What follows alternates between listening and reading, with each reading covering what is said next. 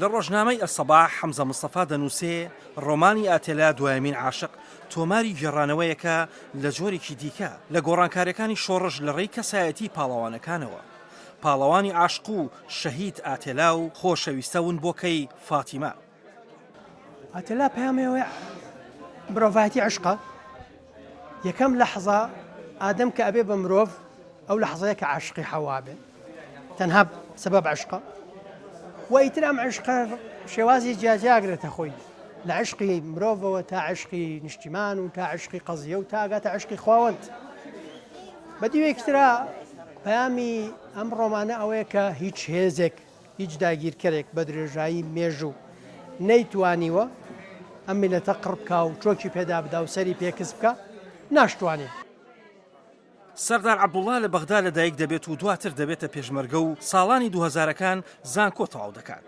سەرباری کار و پرۆژە سیاسیەکانی لە بوارە جۆرا و جۆرەکانی میدیادا نووسینەکانی لە ڕۆژنامەی شەرق ئەوسەتی لەندەنی و ئەلزەمان و حەیاتی لەندەنی و ئیلاف و ئیتیحاد و مەدا و چەندین ڕۆژنامە و گۆڤاری دیکەدا بڵاو کردوتەوە، بەڵام بۆ یەکەم جار ڕۆمانێک بڵاو دەکاتەوە.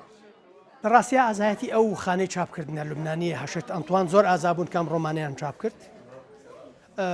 دەنگدانەوەکەی پەیوەندی بە کۆمەڵێک ئەسبابەوە هەیە. یەکێکەوەی شۆڕشی کورد باش نەگەیشتووە، هەوڵەکانی قڕکردنی کورد باش نەگەیشتووە، بەو زمانەش ڕەنگە نەگەیشت بێ. سەبەبێکی تری وەکو هەندێک لە برادرام تێن ڕەنگە تەکنیکی ئیشکردنی من بێ لە ناو ڕۆمانەکە و فەزای عرفان و تەسەووف کە لەناو ئەم ڕۆمانەیە هەوڵم داوە فەزاکە بکەم بە فەزای عرف و عرفانی و عشقی عرفانی و لە عشقی مرۆڤەکانەوە تا نیشتیمان و تا شۆڕش و تاگاتە عشقی ئیلاهی.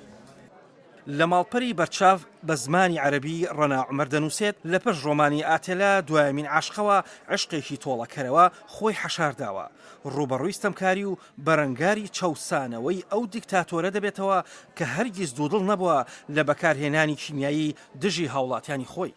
لێرە سۆفی و شاعرێکی مەزنی وەکو عەتاری نێشابووری سەیتەرەیەکی زۆری لە ناوم ڕۆمانە هەیە و خۆی و فکر و فەلسەفە و تەسەووفی ئەو شعری ئەو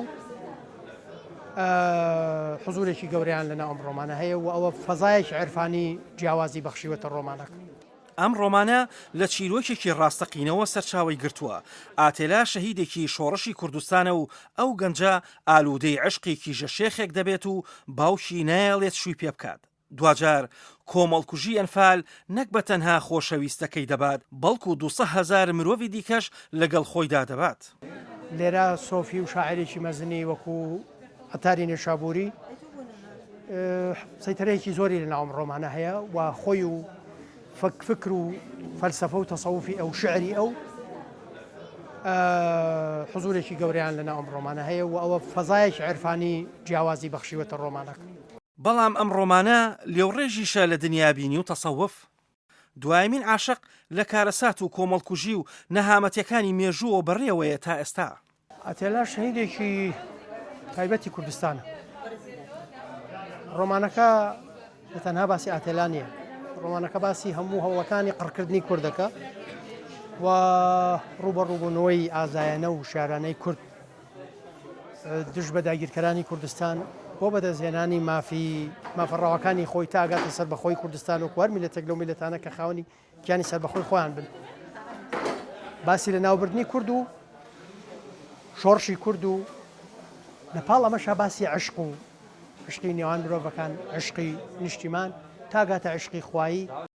عشق و شۆڕش و کۆمەڵکوژی کورد لە ڕۆمانێکدا کارکتەر و ڕوودا و چیرۆکەکان لە مێژوو ڕزگار دەکەن و لە ڕۆمانێکدا بەرجەستە دەبنەوە. ڕۆمان نووسی ئەمریکی جێف لێنسی دەڵێت نووسینی باش لە گوتنەوە نایەت، بەڵکو لە وشەکانەوە دێت.